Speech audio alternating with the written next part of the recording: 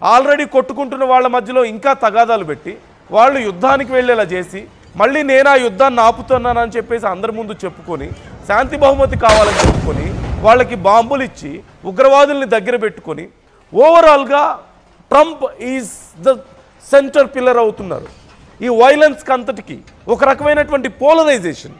ఇస్లాం countries అన్నీ ఒకటవుతున్నాయి, bricks దేశాలన్నీ ఒకటవుతున్నాయి, Asian countries అన్నీ ఓవైపు.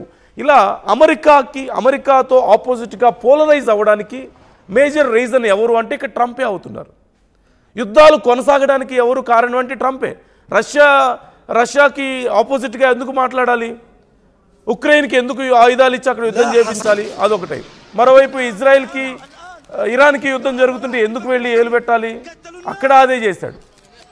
సో ఓవరాల్గా యుద్ధాలు ఆపుతానని చెప్పి యుద్ధాలు తానే చేయించి ఆయుధాలు ఇచ్చి చివరికి తాను మిత్రదేశం అనుకున్న వాళ్ళు తన మాటే వినకుండా తన మిత్రదేశాల మీద దాడులు చేస్తే ఇప్పుడు మళ్ళీ వాళ్ళని బెదిరించి మిత్రులు అనుకున్న వాళ్ళని శత్రువులు చేసుకొని ఉగ్రవాదుల్ని తీసుకొచ్చి వైట్ హౌస్లో కూర్చోబెట్టి ఎందుకు ఇంత గందరగోళం, దేనికోసం? నోబెల్ శాంతి బహుమతి గురించా, లేకపోతే ప్రపంచాలన్నీ నేను చెప్పినట్టు ప్రపంచ దేశాలన్నీ నేను చెప్పినట్టే చేయాలి, ప్రపంచ నాయకులందరూ నేను చెప్పినట్లు చేస్తున్నారని ఒక రకమైనటువంటి ఎగ్జిస్టెన్స్ క్రైసిస్ ఇది, ఐడెంటిటీ క్రైసిసా?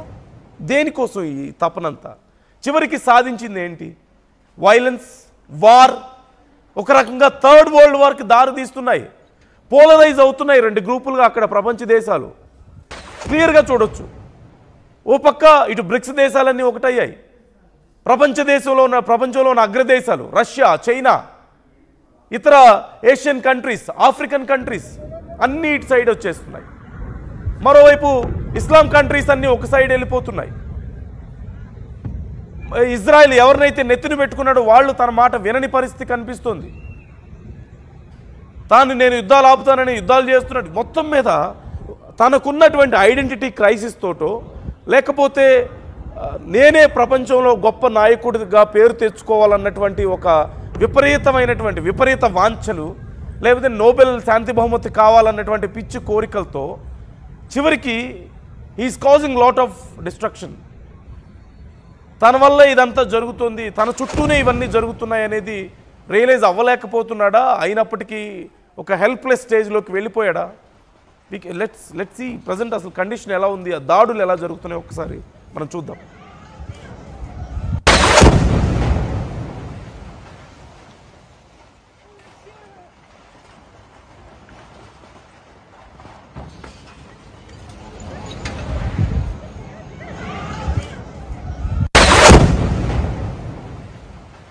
الآن لا حصر الآن نعم. الآن خليك يا الله راح الدفاع المدني قتلوا الناس راح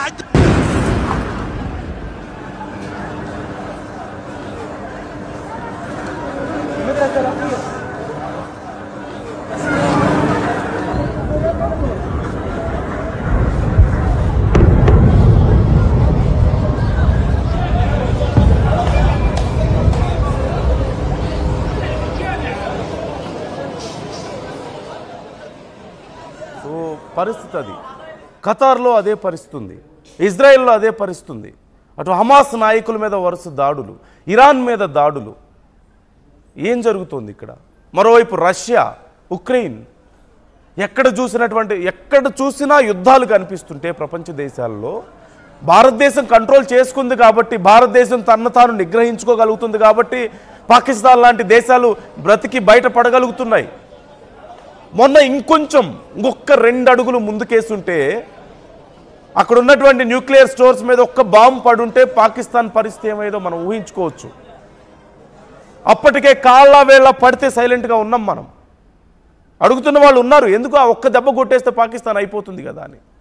బట్ భారత్ వైలెన్స్ నేను కోరుకోవడం లేదు, అక్కడ ఉన్నటువంటి ప్రజలు చనిపోవాలని భారత్ కోరుకోవడం లేదు.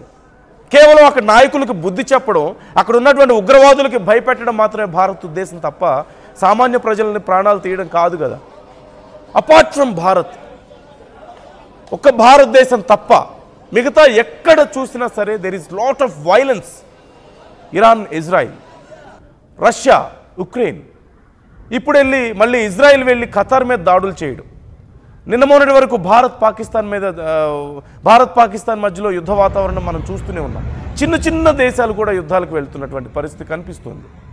మరోవైపు రెబల్స్, పాకిస్తాన్లో రెబల్ గ్రూప్, అక్కడ హౌతీలు, ఎక్కడ చూసినా సరే యుద్ధ వాతావరణం కనిపిస్తున్నటువంటి పరిస్థితి. బట్ వీటన్నిటిలో కామన్ ఫ్యాక్టర్ ఏంటి? ఒక్కటే కామన్ ఫ్యాక్టర్ ఇస్ ట్రంప్. ఎక్కడ చూసినా ట్రంప్ పేరు వినిపిస్తుంది. ఎక్కడ వైలెన్స్ ఉంటే అక్కడ ట్రంప్ ఉంటాడు, ఎక్కడ యుద్ధం ఉంటే అక్కడ ట్రంప్ ఉంటాడు, ఎక్కడ పీస్ ఉన్నా అక్కడ ట్రంప్ ఉంటాడు అక్కడ చెడగొట్టడానికి. ప్రశాంతంగా దేశాలు ఉంటే నచ్చదు. యుద్ధం జరుగుతుంటే నేను వెళ్ళి ఆపుతాను, నేనున్నాను, పెద్ద మనిషి నన్ను వస్తాడు, అది ఇంకా పెద్దది చేసి అది కంపు చేసి బయటకు వస్తాడు. సో ఓవరాల్గా Trump is the common factor. wherever there is violence there is Trump, wherever there is Trump there is violence. ఇప్పుడు అదే కదా జరుగుతుంది. ఇప్పటికైనా అమెరికా రియలైజ్ అవుతుందా? ప్రజలు రియలైజ్ అవుతున్నారు. అమెరికాలో ఉన్నటువంటి ప్రజలు రియలైజ్ అవుతున్నారు. అక్కడ ఉన్నటువంటి ప్రజల్లో ట్రంప్ రేటింగ్స్ పడిపోతున్నాయి. ఇప్పుడు మరొకటి మనం అమెరికాలో చూడొచ్చు, Trump is supporting gun culture there. కానీ గన్ కల్చర్కి బలైంది ఎవరు? ట్రంప్ మద్దతుదారుడు కాదా? పట్ట పగలు ప్రజల్లో మాట్లాడుతుంటే తన మద్దతుదారుడు, తనకున్నటువంటి అతి బలమైనటువంటి మద్దతుదారుడు తుపాకీ తూటాకి బలయ్యాడు.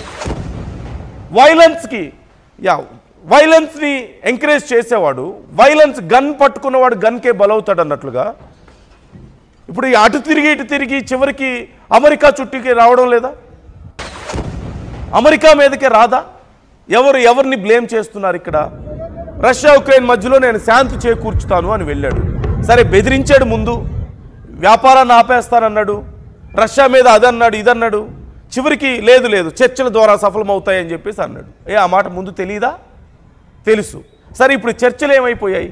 వింటున్నారా ఎవరైనా? అసలు కనీసం ట్రంప్ మాట వింటున్న వాళ్ళు ఎవరు ఇక్కడ? వైలెన్స్కి కారణం అవుతున్నాడు, ఓకే, తాను ఎవరినో సపోర్ట్ చేద్దాం అనుకుంటున్నాడు. What ever the reason it is, business reasons ఉండొచ్చు, ఇంటర్నల్ లాబియింగ్ ఉండొచ్చు, what ever the reason it is. కానీ తాను సపోర్ట్ చేస్తున్న వాళ్ళు తన మాట వింటున్నారా? ఇరాన్ ఇజ్రాయెల్ యుద్ధం జరిగినప్పుడు నేను ఆపుతున్నానని చెప్పేసి వెళ్ళి మాట్లాడాడు కదా, మళ్ళీ ఒకరి మీద ఒకరు బాంబులు వేసుకోలేదా? ఇండియా పాకిస్తాన్ యుద్ధం జరిగినప్పుడు సరే నేనే ఆపాను, నేనే శాంతి దూతనని చెప్పుకున్నాడుగా. అరే, యుద్ధం ఆగిపోయి గంట కూడా కాకముందే మళ్ళీ బోర్డర్లో భారత సైనికుల మీద పాకిస్తాన్ ఉగ్ర సైనికులు కాల్పులు జరపలేదా? ఎవరు విన్నారు ట్రంప్ మాట? ఇప్పుడు రష్యా యుక్రెయిన్ విషయం తీసుకుంటే ఇట్స్ ఎ బిగ్గెస్ట్ డిజాస్టర్. ఖచ్చితంగా ఏమైపోయాయి చర్చలు? నేను ఆ యుద్ధం ఆపేస్తే నాకు నోబెల్ శాంతి బహుమతి వస్తుందని మాట్లాడినటువంటి వ్యక్తి కదా, ఆ ఒక్క బ్రేక్ త్రూ లాగా చూశాడు కదా ఆ యుద్ధాన్ని. What happened after all? ఏం జరిగింది? ప్రపంచ దేశాల ముందు ఎవరు ఇక్కడ నవ్వులు పాలయ్యారు? నేను ఆపేశానని చెప్పాడు, ఆగిందా? ఇప్పుడు ఎలాంటి పరిస్థితిలో ఉందో తెలుసుగా. రోజు మళ్ళీ ఒకప్పటిలాగానే యుద్ధం చేసుకుంటున్నాయి రష్యా ఉక్రెయిన్. సో ఇంకా ఏం చేయగలిగాడు? ఎక్కడ యుద్ధాలు ఆపాడు? ఎక్కడ శాంతి నెలకొల్పాడు? అది పోగా తాను వేలబెట్టినటువంటి యుద్ధాలు ఎన్ని లేవు? సింపుల్గా మళ్ళీ భారత్ పాకిస్తాన్ గురించి మాట్లాడుకుంటే సగం పాకిస్తాన్కి డబ్బులు ఇస్తుంది ఎవరు? ఉగ్రవాదులకి ట్రంప్. ఆయుధాలు ఇస్తుంది ఎవరు? ట్రంప్.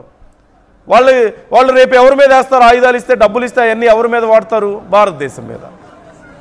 భారతదేశం మిత్రదేశం అన్నాడు కదా, మరి మిత్రదేశానికి నష్టం చేసే దేశాలను ఎలా ఎంకరేజ్ చేస్తాడు? సో సింపుల్, అక్కడ లాజిక్ అర్థమవుతుంది. ఇవి సరిపోనట్లు మళ్ళీ ఆయిల్ స్టోర్స్ తీసుకెళ్ళి పాకిస్తాన్లో పెడతానంటున్నాడు. ఎందుకు? వాళ్ళది ఇంకా బలంగా చేయడానికే, ఇంకా ఉగ్రవాదులకి బలం పెంచడానికి. ఇక్కడ ఒకటి క్లియర్గా మనం చూస్తున్నాం. సరే, మిత్రదేశం భారతదేశం అన్నాడు, మన మీద ఎంత విషం కక్కాడు, టారిఫ్లు వేశాడు, మన ఇంటర్నల్ ఇష్యూస్ గురించి మాట్లాడాడు, ఫైటర్ జెట్స్ కూలిపోయినాయి అంటాడు, లేదంటే భారతదేశం డెడ్ ఎకానమీ అంటాడు. మిత్రదేశం గురించి మాట్లాడే మాటలా ఇవి? మిత్రదేశంలో ఎక్కడ బిజినెస్ పెట్టొద్దంటాడు, ఉద్యోగాలు ఇవ్వద్దంటాడు. ఏంటిదంతా? మన భారతీయులకి అక్కడ వీసాలు కట్ చేస్తున్నాడు. ఒక మిత్రదేశంతో వ్యవహరించే పద్ధతేనా ఇది? సరే, ఇక్కడ రెండు దేశాలకు క్లియర్గా చూసాం కదా. రష్యా గురించి, ఉక్రెయిన్ గురించి మనం చూసాం కదా. ఉక్రెయిన్తో ఎప్పుడు ఎలా ఉంటాడో తెలియదు. ఉక్రెయిన్ జెలెన్స్కీ వస్తే వైట్ హౌస్లో కూర్చోబెట్టి దారుణంగా మాట్లాడి అవమానించి పంపించాడే. ఒక దేశ అధ్యక్షుడు చేయాల్సిన పనేనా అది? మరొక దేశ అధ్యక్షుడిని పట్టుకొని? అది అయిపోయింది. వాళ్ళకు ఆయుధాలు ఇవ్వనన్నాడు, గతంలో ఇచ్చేవాళ్ళు, వచ్చిన తర్వాత నేను ఇవ్వను, మాకు ఆయుధాలు తగ్గిపోతున్నాను, మళ్ళీ ఎందుకు ఇచ్చాడు? అది అయిపోయింది. రష్యా విషయానికి వస్తే రష్యా ఎదుగుతోంది, తట్టుకోలేకపోతున్నాడు. వాళ్ళ బిజినెస్ దెబ్బతీయాలని చూశాడు, కుదరలేదు. వాళ్ళ మీద ఇటు రెచ్చగొట్టేశాడు, ఉక్రెయిన్ రెచ్చగొట్టేశాడు, ఉక్రెయిన్కి బాంబులు ఇచ్చాడు, వాళ్ళ మీద బాంబులు వేయించాడు.